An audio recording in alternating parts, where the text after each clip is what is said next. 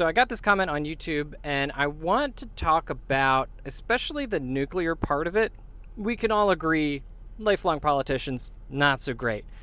Term limits are awesome, but specifically on the nuclear front, there is this tendency among especially conservatives to be like all nuclear and, still be like, yeah, oil's fine and climate change doesn't exist, so oil's fine, but nuclear's good and only nuclear.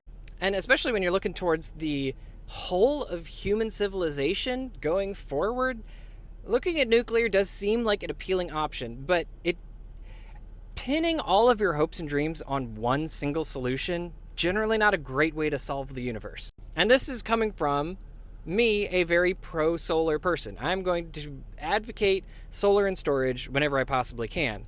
But I don't for a second think that it alone will solve the globe or should solve the globe problems, right? Diversity of power sources is what is needed.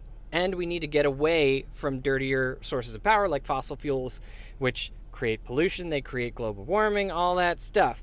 All the things that you really don't want to think about, and so you just assume they don't exist.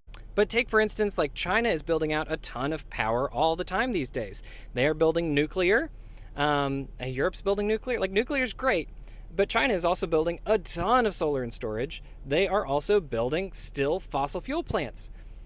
They just need a lot of power, so they're building it however they possibly can, and they are diversifying their energy sources, which will make them more sustainable and more self-reliant in the long run. Building for the future of humanity involves a lot of diversity and a lot of research and a lot of different power sources. And all of the power sources are going to be good at different things. Nuclear is great at, if you can plunk down the money and the time to build these things, they will give you power for pennies on the dollar. They're just so cheap over the long run.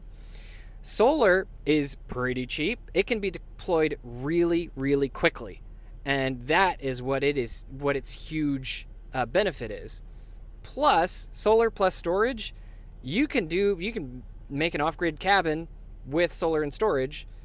You can't do that with nuclear. We are nowhere close to that kind of tech with nuclear. But even at a large scale, solar is great. I mean, right now it is enabled by fossil fuel plants being able to ramp up and down, but that is not going to be true in the long run with storage. Storage is going to solve that problem. And then we can start getting rid of these super filthy ways of producing power.